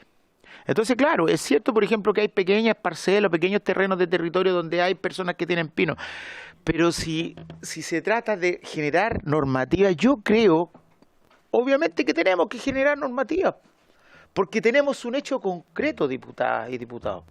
El hecho concreto, insisto, es que estamos frente a una situación que hace 30 años atrás no teníamos. A mí me pasa, diputadas y diputados, por ejemplo, que yo soy de la zona de la Concagua. Cuando yo era niño, el agua brotaba desde la tierra. En Panquehue, en Hijuela, en Quillota, en Catemu, estaba lleno de manantiales. Y bueno, cuando se desarrolló, por ejemplo, el tema de los cultivos de palta, nadie estuvo en contra porque había mucha agua. Hoy día ya no llueve como antes. Y hoy día todos esos terrenos están secos. Entonces, ¿vamos a seguir haciendo lo mismo si tenemos una realidad que lamentablemente la naturaleza nos está diciendo que es distinta? Disculpen que me haya alargado, pero yo creo, honestamente, que esta manera de apreciar y de hablar las cosas, a diferencia de lo que pasa, por ejemplo, diputadas y diputados, se lo digo con el mayor de los respetos porque tenemos posiciones distintas. Hoy día en la mañana yo veía qué triste espectáculo da el Parlamento cuando habla de cosas así, no hablando de los temas profundamente serios que se nos vienen hacia adelante, donde muchas veces existe controversia, de las cuales cada cual tiene su respectivo bando, pero que son de hace muchos años atrás, sin darnos cuenta que en ciernes tenemos un conflicto de dimensiones extraordinariamente graves. Entonces, ¿vamos a seguir haciendo lo mismo? Yo creo y agradezco la intervención, no estando, por supuesto, de acuerdo con todo lo que ustedes han manifestado, ¿ya?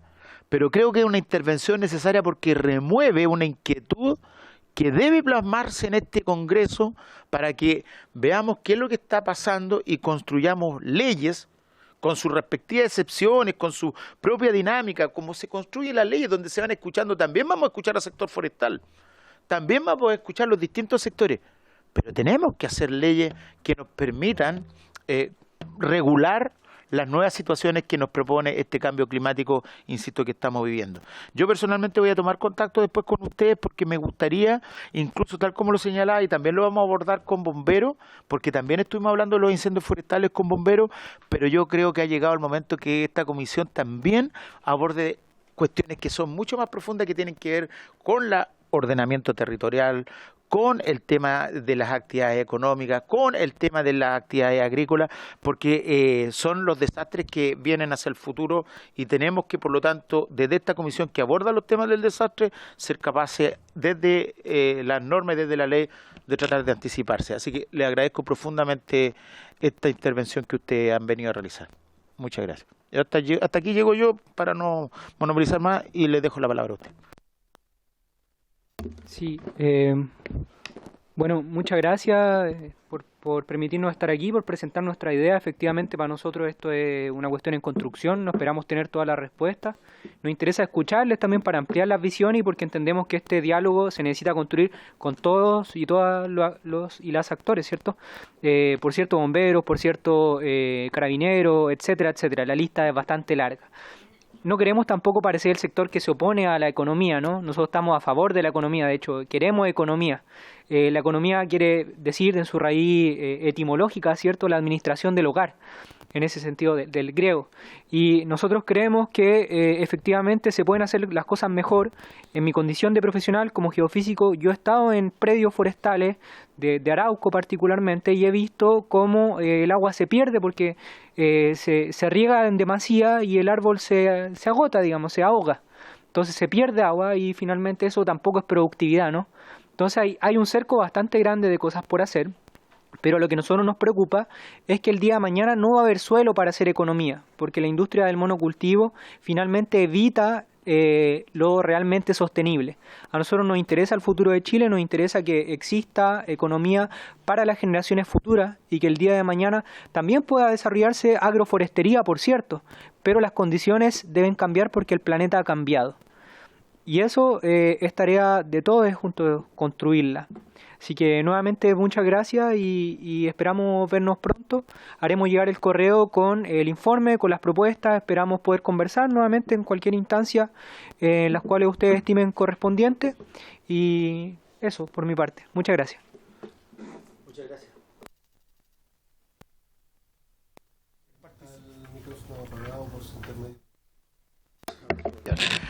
Agradezco realmente la exposición y también de aquellos que participaron a través de la intervención telemática.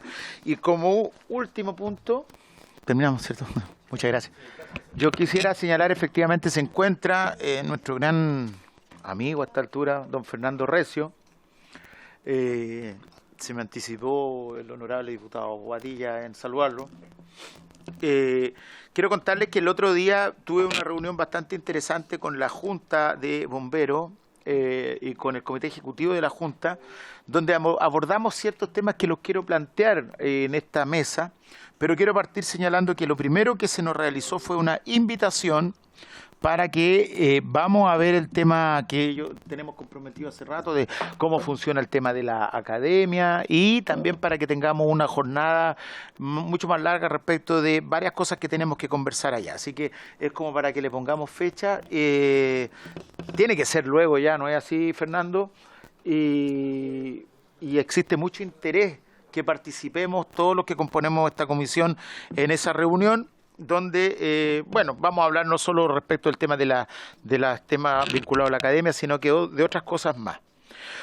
Otra cosa que conversamos ese día es la complicación que está viviendo Bomberos a propósito del tema de las fundaciones. Porque esta situación de las fundaciones ha dado lugar a que los gobiernos regionales y precisamente todo lo que tiene que ver con el otorgamiento de los dineros que se les otorgan para las compras, muchas veces, por ejemplo, se les tiene que exigir alguna garantía. Entonces los gobiernos regionales, por ejemplo, cuando se tenía que realizar una compra de una máquina, etcétera, que son máquinas que se compran al extranjero, siempre se hacía a través de una garantía que era un pagaré. Sin embargo, a propósito de todas las circulares nuevas que están surgiendo para tratar de solucionar el tema de las fundaciones, hoy día se le está exigiendo una boleta de garantía. Y lamentablemente la boleta de garantía, aparte que paga intereses, también saca dinero de lo que tiene que ver con lo que está involucrado al propio proyecto. Pero lo que más lamentan, y yo creo que en ese sentido esta comisión debe ser absolutamente categórica, es una señal de respaldo a los bomberos. Una institución que tiene 170 años y que hoy día está siendo mirada y está siendo puesta en el ojo de la sospecha como aquellas instituciones y fundaciones que fueron creadas hace menos de un año y que todos sabemos que cometieron o que están cometiendo muchas de ellas actos de corrupción. Creo yo que esta comisión tiene que ser absolutamente fuerte y categórica en respaldar a la institución de bomberos para que no se le someta al juicio que se le está sometiendo a otras instituciones absolutamente inescrupulosas. No es posible que hoy día, desde los gobiernos regionales, desde el propio Ministerio de Hacienda, a través de la ley de presupuestos, desde distintas instancias, sobre todo incluso, por qué no decirlo también, desde la Contraloría, también se le esté poniendo en un manto de duda que no corresponde. Creo que tenemos que ser súper categóricos en eso, estimados colegas. Yo creo que no corresponde. Ellos son voluntarios. Siempre cuando hay elecciones todos nos sacamos fotos con los bomberos, etcétera, pero en este momento los bomberos también están siendo sujetos a un manto de sospecha que no podemos permitir. Sobre todo aquellos que conocemos a esta noble institución. Y en lo concreto, yo mañana voy a plantear un tema en incidentes, que es la única manera, y luego vamos a tener otras reuniones seguramente con el ministro de Hacienda, que yo estoy solicitando también una audiencia, para que veamos el tema del presupuesto y para que veamos también el tema de las circulares de los gobiernos regionales, lo que tiene que ver con la manera de garantizar el tema de los proyectos donde se le está exigiendo el día de hoy boletas de garantías que son absolutamente contraproducentes para la actividad que ellos desarrollan.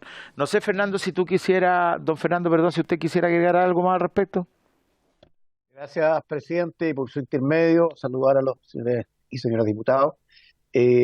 Quisiera reiterar que estamos tremendamente preocupados por el tema de la circular 20 del Ministerio de Hacienda, que dio curso a una serie de requisitos, reitera y complementa instrucciones para todos los gobiernos regionales. Y en esa línea nos afecta directamente toda vez que bomberos, y particularmente la Junta Nacional de Cuerpos de Bomberos, ejecuta convenios de transferencia de recursos públicos para adquirir tanto carros bomba como carros de especialidades, como escalas mecánicas y otros, que tienen valores del orden de los 400.000, 350.000, 400.000 dólares y de ahí hasta 1.200.000, 1.300.000 dólares perfectamente, dado que son vehículos que se hacen prácticamente uno a uno en una línea de producción que es prácticamente manual. Por lo tanto, estamos hablando de un costo enorme que para la Junta Nacional significa casi la imposibilidad de ejecutar estos convenios, ya que nosotros movemos proyectos del orden, en total debemos estar moviendo alrededor de 100.000 millones de pesos que corresponden a la ejecución de varios proyectos para las regiones, para las distintas regiones del país, que implica el cambio de material mayor y también el equipamiento de material menor y protección del personal. Por lo tanto, sí estamos tremendamente preocupados, le hemos hecho presente al señor presidente de la comisión esta situación y también al señor ministro de Hacienda, dado que lo que se requiere es una modificación de esta circular respecto de bomberos, ya que siempre hemos ejecutado los proyectos, nos demoramos 2 o 3 años en ejecutarlos por los temas de producción, de fabricación de los vehículos, y eso hace que sea un poco más lenta la ejecución. Por lo tanto, imponernos normas que se le están imponiendo al resto nos complica, particularmente por el servicio, la condición de servicio de utilidad pública que cumplimos nosotros. Eso es básicamente, señor presidente. Gracias, don Fernando. Tiene la palabra el honorable diputado Bobadilla. Presidente, la verdad es que yo encuentro impresentable que a bomberos se les pretenda dar el mismo tratamiento que aquellas fundaciones que se crearon y sus creadores se concertaron para defraudar al fisco. Bomberos no está cuestionado como están cuestionadas muchas fundaciones. Y en esa línea, presidente, yo le sugiero lo siguiente: tomemos el acuerdo de oficiar al Ministerio de Hacienda para que esta circular que se ha emitido se exceptúe claramente a los cuerpos de bomberos a lo largo del país. Yo estoy de acuerdo con que hay que poner restricciones para que no sigan robando, pero no es el caso de bomberos.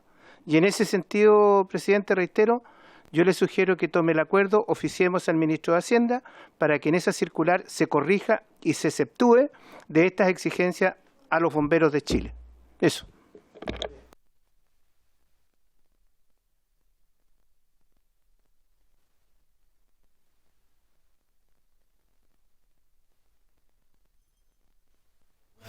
Ya, perfecto. Ahí sí, tomamos el acuerdo unánimemente. Ya.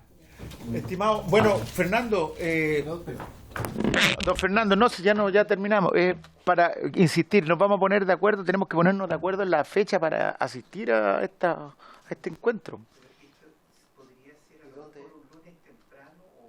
Es que ya los lunes tenemos lleno de comisiones.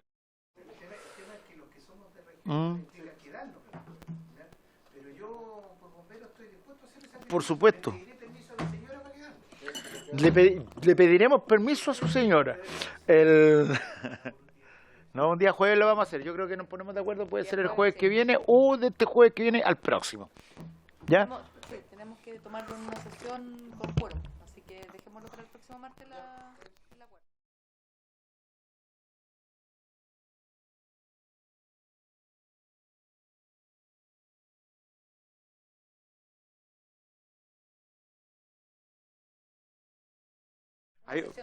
Sí. Por haberse cumplido con el objeto de esta sesión y habiendo sido, creo yo, muy provechosa y entretenida, se da por cerrada.